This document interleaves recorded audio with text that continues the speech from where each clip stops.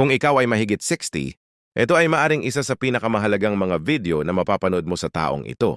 Ang ilang mga gulay na mukhang perpektong, malusog ay maaaring tahimik na nakakasama sa iyong katawan. Maaari nilang pahinain ang iyong immune system at pabilisin ang panghihina ng utak. Unti-unti nilang sinisira ang kalamnan sa binti at inilalagay ka sa mas mataas na panganib ng pagkahulog.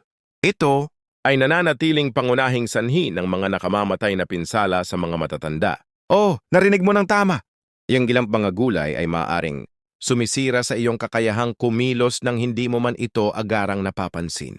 At hindi ito isang taktika ng pananakot. Ito ang katotohanan at palihim na nangyayari. Ang mga natuklasang ito ay sinusuportahan ng matibay na agham, kabilang ang malawakang pag-aaral na nailathala sa Journal of Gerontology. Sinundan ng mga mananaliksik ang 10,000 matatanda at natuklasan ang nakakagulat na ugnayan sa pagitan ng mga gulay at isang matinding pagbagsak sa pisikal na function. Nakapagpababa ito sa kalusugan ng mga daluyan ng dugo at kahit sa pag-alaala. Karamihan sa mga tao ay walang kaalam-alam na kumakain. Sila ng mga tinatawag na malulusog na gulay araw-araw. Hindi nila alam na maaari silang mag-trigger ng pamamaga, makapinsala sa maliliit na daluyan ng dugo sa mga binti at makapagpahina ng kakayahang maglakad sa paglipas ng panahon. Hindi ito yung kasalanan. Ang mga nakatagong panganib na ito ay bihirang umabot sa mga ulo ng balita. Sa videong ito, madidiskubre mo ang 3 gulay na dapat mong kainin upang suportahan ang kalinawan ng isip, lakas ng immune system at malakas na mga binti. Mayroon ding 3 gulay na dapat mong iwasan kung gusto mong manatiling aktibo at malusog.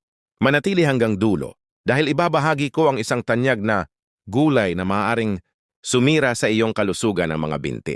Kung mahalaga sa iyo ang iyong katawan at hinaharap, pindutin ang subscribe button at iyon ang notifications upang hindi ma-miss ang mga scientifically backed tips. Nais kong marinig mula sa iyo. I-type ang isa sa mga komento kung excited ka matuto ngayon o i-type ang 0 kung nag-aalinlangan ka. Ang iyong feedback ay mahalaga kaya't ipaalam sa amin kung saan ka nanonood. Simulan natin ang 3 pinakamainam na gulay para sa mga nakatatanda sa kanilang.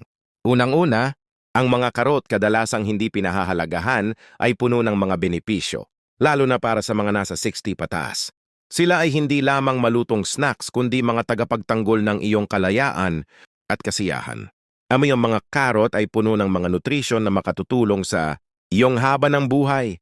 Nakakatulong din ito sa kakayahang manatiling mobile at makipag-ugnayan sa mahal mo sa buhay. Isa sa pinakamalaking benepisyo ng mga karot ay ang mas matalas na paningin dahil sa beta-carotene na nagiging vitamin. Ang vitamin A ay kinakailangan ng iyong mga mata. Kapag matatag ang iyong paningin, tumataas ang iyong kumpiyansa. Maaari mong tamasahin ang mga detalye sa ngiti ng iyong apo, magmaneho at maglakad sa mga puok ng walang pag-aalinlangan. Ipinapakita ng mga pag-aaral na ang mayaman sa beta-carotene ay maaaring magpabagal ng macular degeneration. Ito ay pangunahing sanhi ng pagkawala ng paningin sa mga edad, 60 pataas. Deng manaro sa ay ba antioxidant na nagpoprotekta sa iyong mga ugat, kaya't mas mabilis ang mga signal mula sa utak patungo sa katawan. Ang koordinasyon na ito ay tumutulong na mapanatili ang iyong balanse. Nakatutulong din ito upang manatiling nakatayo ng mas matagal. Ang lakas na walang koordinasyon ay nagdudulot ng aksidente. Ang mentarotiyes nakakadulong sa iyong pisikal na paggalaw at sensory na komunikasyon para manatiling matalas. Sa pagpapatuloy ng ating video, pag-uusapan natin ang spinach. Ito ay nararapat sa iyong kusina, hindi lang dahil ito ay berde kundi dahil ito ay tumutulong sa iyong katawan na manatiling matalas at malakas. Ang spinach ay namumukod tangi dahil sa natural na nitrates na nagpapabuti sa daloy ng dugo. Mahalaga ito dahil sa bawat dekadang lumilipas, bumabagal ang sirkulasyon at reflexes. Kapag regular itong kinakain, pinapakain mo ang katawan ng mga nutrisyon upang manatiling alerto at mobile.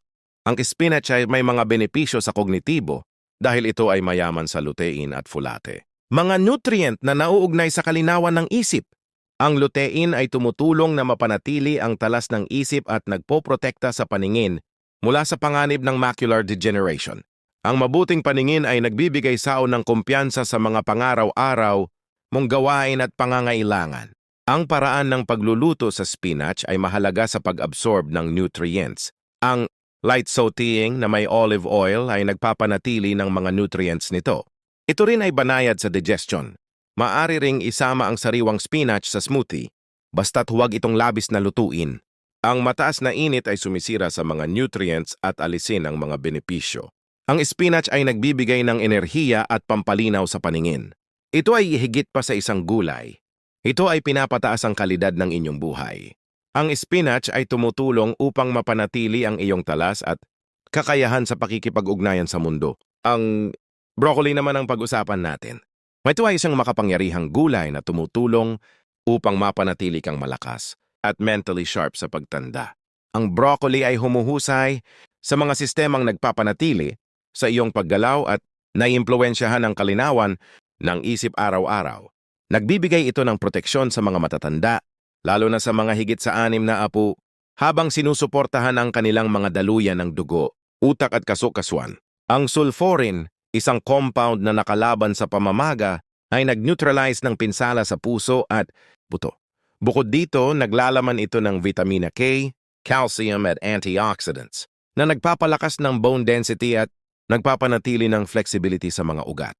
Ang broccoli ay nagpapabuti sa sirkulasyon. Mahalaga para sa mga may diabetes o issue sa presyo ng dugo.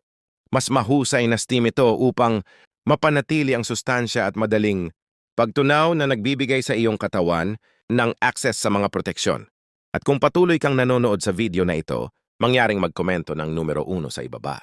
Nakakatulong ito sa amin na malaman na ikaw ay nakikibahagi at handa na para sa susunod na bahagi kung saan susubukan natin ang isa pang berdeng gulay na sumusuporta sa iyong puso at nagpapanatili ng lakas ng iyong mga kalamnan. Ngayon, narito ang twist. Hindi lahat ng gulay ay pare-pareho habang ang spinach at broccoli ay tumutulong. Ang ibang gulay ay tahimik na nagdadala ng pinsala. Sa isang sandali, ibubunyag namin ang mga gulay na hindi nakbubuti sa iyong kalusugan. Isa na rito ang mga patatas. Ang mga ito ay nagbibigay ng init at kaginhawaan. Ngunit kung ikaw ay lampas sa 6 na apo, ito ay maaring hindi na angkop sa inyong kalusugan. Mabilis silang nagiging simpleng asukal. Mabilis nitong pinatataas. Ang asukal sa dugo na nagiging sanhi ng mga panganib sa iyong katawan. Ang sobrang asukal ay nagiging sanhi ng pamamaga sa mga daluyan ng dugo. Ito ay nagpapahina sa daloy ng dugo na kinakailangan ng iyong utak, puso, mga binti at mga paa. Sa mga taong higit sa 6 na po ang pinsala ay mas matindi. Ito ay dahil mas mahina ang sirkulasyon. Ang pagbawas ng daloy ng dugo ay maaaring magpabagal ng paggaling. Maaari rin itong magdulot ng paghina ng pandaman na nagdudulot ng panganib sa mga simpleng paggalaw. Ang may napatatas ay patas sa glycemic index. Ito ay nagdudulot ng arteriosclerosis na nagpapahirap sa puso na magpump ng dugo. Nagiging sanhi ito ng malamig na mga paa. Ang patatas ay maaaring magdulot ng pagkasira ng iyong balanse at paghina ng mga binti. Ang pamamaga at mahina na sirkulasyon ay nagpapababa ng lakas ng kalamnan at nagpapataas ng pagkakataon ng pagkahulog na sanhi ng pinsala pagkatapos ng 6 na. Ang mga ulam na patatas na may mantikilya o sobrang asin ay nagpapalala sa mga kondisyon at maaring magpataas ng presyo ng dugo at baguhin ang mga antas ng asukal sa dugo na humahadlang sa mas malusog na layon.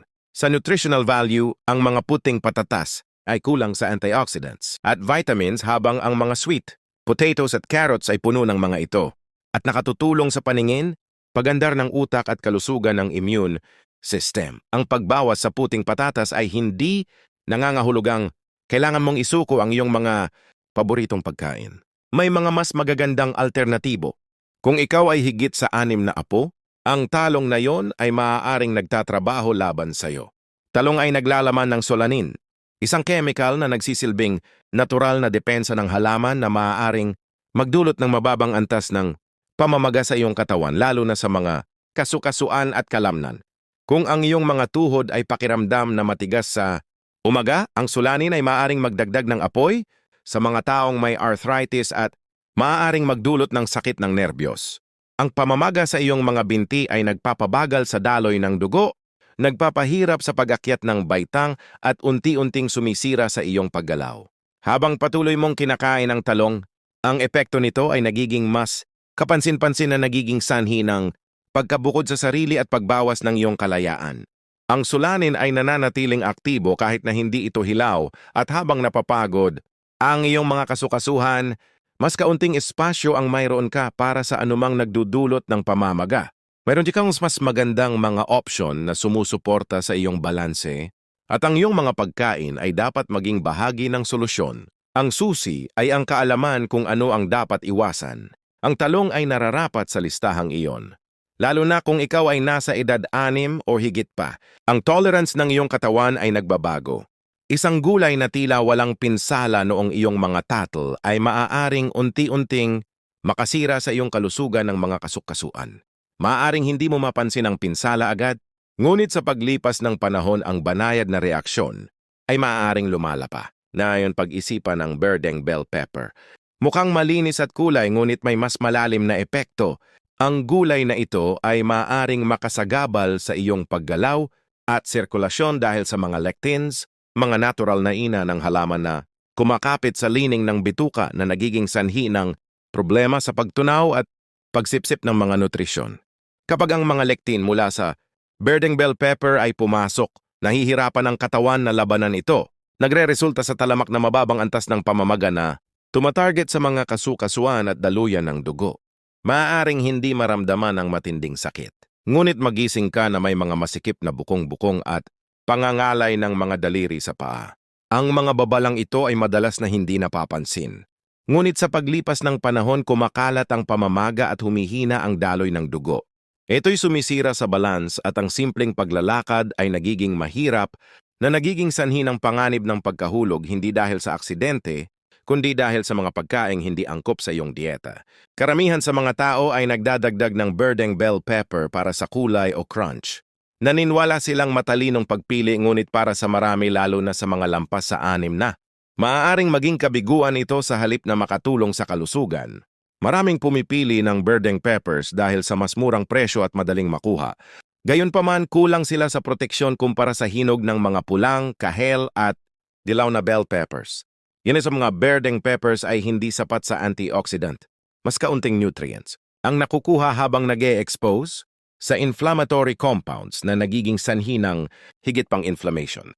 Kahit na ang pagluluto ay makakatulong sa pagtanggal ng lectins, hindi nito lubusang inaalis ang panganib.